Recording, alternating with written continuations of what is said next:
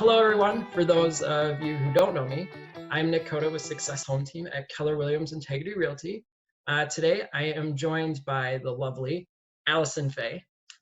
She is the director at Jacob Wetterling Resource Center, a local nonprofit based right here in the Twin Cities. So she speaks on a local and national level about child and teen safety and has offered proactive messages through extensive media interviews, including CNN, Fox News, and other local news stations. So, first of all, Alison, welcome. We're so grateful to have you and be joining me for a few minutes today. And so I wanted to bring you in and kind of do this Zoom interview. I guess we're not really in anywhere, but a Zoom interview in hopes of spreading awareness of your organization and as well as messaging about child safety. So thank you. Thank you for having me. Absolutely. So the first question I got for you is, what suggestions do you have right now for parents? Big suggestion for parents right now is to just be gentle with yourself. I am not a child psychologist. I'm not, I'm not a counselor. My role is I work to make really hard conversations easy for parents and easy for kids to have. And one of the things that I've heard so much from parents who've been reaching out, and just parents that I know, is there is no map for this. There's no blueprint for this. There's no, this is how we've done it before and it's worked. We're figuring it out moment to moment. And so to just be gentle with yourselves as we do figure it out. Our kids pick up on our anxiety. And so thinking about ways to unpack that separately, whether it's, we tell kids to make their safety net of the 5 adults they can talk to. For us as adults, who are the 5 people I can call up when I just need to get rid of some of this spinning so that I can be calm for my child, because calmness does radiate and does spread as well. And then just knowing your resources, when anxiety is elevated, when there's a lot of unknown with the financial concerns people are happening, that's a time where we can see a lot of implosion. And so the more that we can regulate ourselves to know who are our people that we can talk to, what are our resources, the better off we are for our kids. And so just the expectations, if 3 days in a row are pajama days and your kid is healthy and happy and can talk about their feelings, let's just celebrate those 3 pajama days. Like, let's take the expectations and put them in a way that makes sense so that we're not elevating for our kids who are watching us every moment to figure out how they should be feeling in these weird times. Sounds good. So as long as we're kind of moving towards talking about kids, what suggestions do you have for the kids out there? Schedules. I know not every child's like, yes, schedules, but schedules can be so helpful for kids, and just having a visual of what the day is like. And just thinking about, kids getting together and thinking about what that day might look like. Maybe it's Tropics Day and we're all going to wear bright colors while we do our thing. Maybe we're going to have a day that's themed safari, and we're going to work, do an animal parade with our animals. Like, sometimes the daily schedule is full, but also just having theme days as a way of to change it up and letting kids help design what those might look like. And for kids to know that you can be a part of helping right now. We get really overwhelmed and we feel like that there's nothing that we can do, but there are a lot of ways that kids can help. And washing your hands and staying home, and even though it's so hard, staying away physically from our friends and connecting with them instead virtually, or with letters, if we remember how to do that, or other, ways of making those connections. Staying home, washing your hands, and thinking about ways that we can share joy in this time are all ways that are, can be really helpful, so the kids feel like it's happening to them, and more that kids are able to help shape what's happening. So maybe that's happy sidewalk chalk messages. Maybe that's encouraging signs for healthcare workers to put in our windows. Maybe it's, if you're older and you know how to read, doing a video of reading a favorite book of yours to send to a younger cousin. But we always talk about sharing and how sharing is a skill that we want to have. And we want to share joy, but we don't want to share our germs. Right. And so really being aware that staying home and washing hands right now are the best 2 things that we can do. And then thinking of ways that once we have those 2 things locked in, that we can share some joy. Yeah, and I think like the scheduling too, even just having it as like, granted, I'm not a parent, but maybe it'd be an option for the parents to even involve the kids in building that schedule, right? And maybe setting. Well, especially the older kids are, the more that making a schedule that makes sense for them.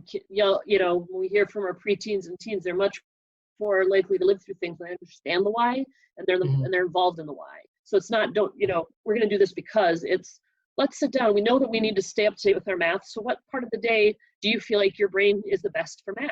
You know, because Right. there is flexibility in our timing. There is flexibility in what our day looks like. So if it is right after lunch and you normally have to do math your first period, but here we can do it after lunch, let's put that on the schedule. But having a schedule can help families just have a visual of what's happening. And for kids, especially if their parents are still trying to work from home, as many of us are, to have a schedule of saying, up right now, you know, this hour is when I have this call that we're doing right now. And so here are the other things that you can be doing.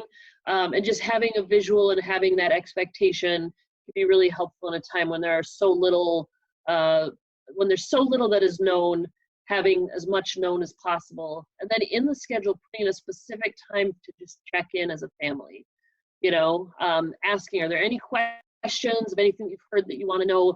Is there any, are there, you know, what feeling is feeling the strongest in you right now? Some of those kinds of things, because when we're able to talk about things, when we can mention things, when we can bring things up, that reduces some of the power. When we're never talking about it, that gives something a lot of power because there's so many more unknowns.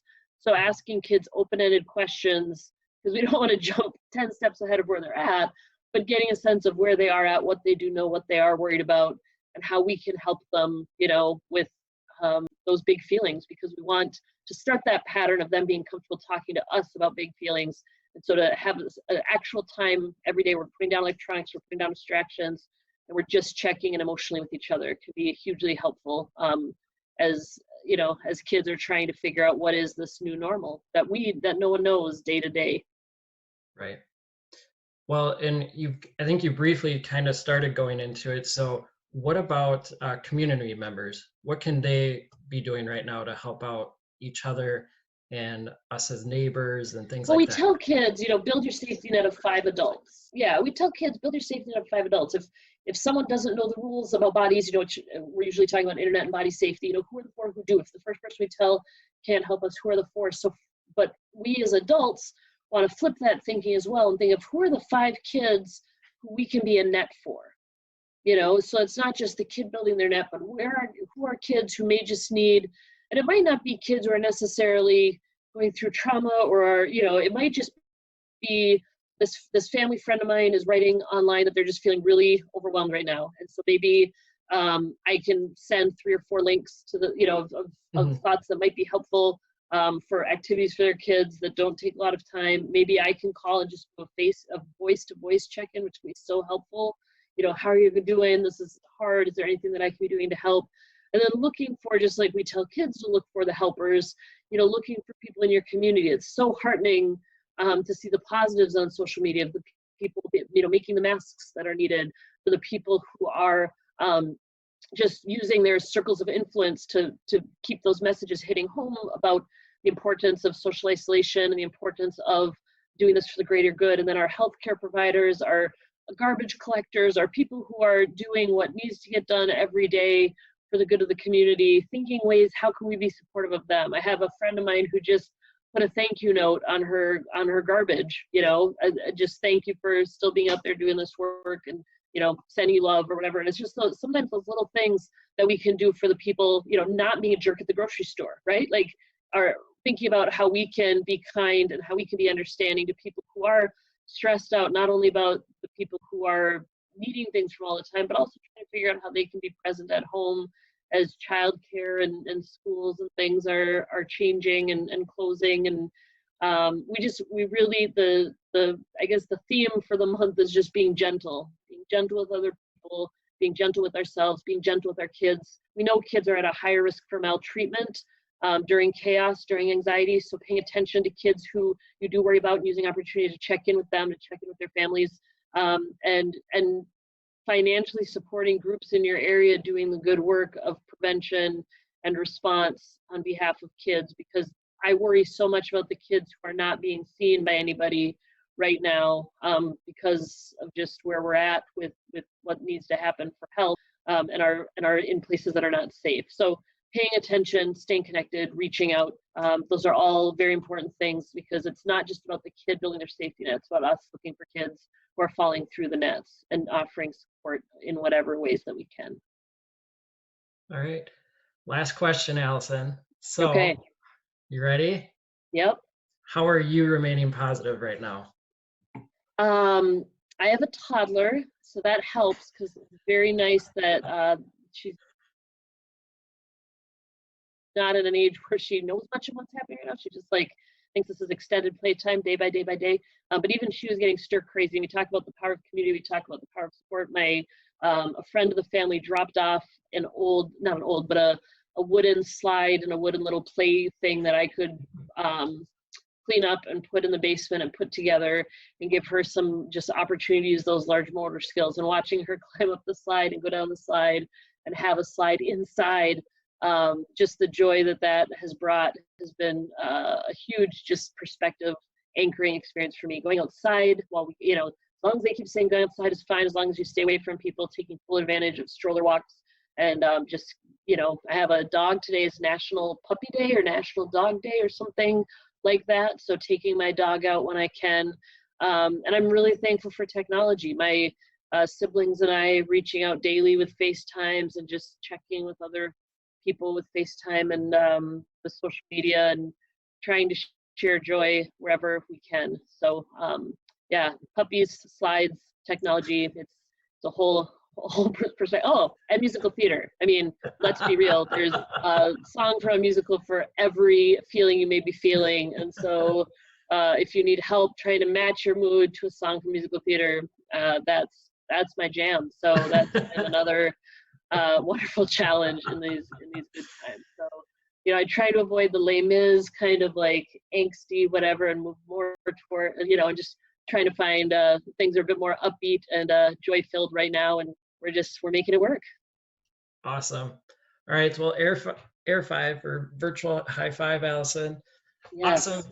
Thanks so much for taking the 10-15 minutes out of your day. Greatly appreciate it.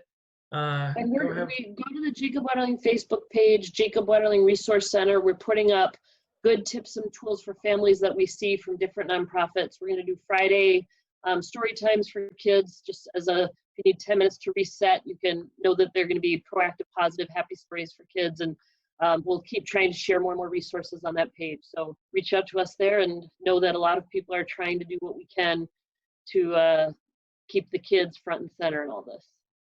Awesome. And can they just go to jwrc.org as well, Alison? jwrc.org as well, correct. Yes, and thank you for your partnership here today in getting positive prevention messages to families. Prevention can be happy and enthusiastic and should never be scary. So thanks for partnering with us in doing that. Absolutely. All right. Well, thank you, Alison. Greatly appreciate it. Go have fun with your little one. We will. All right. Take care. You too. Bye.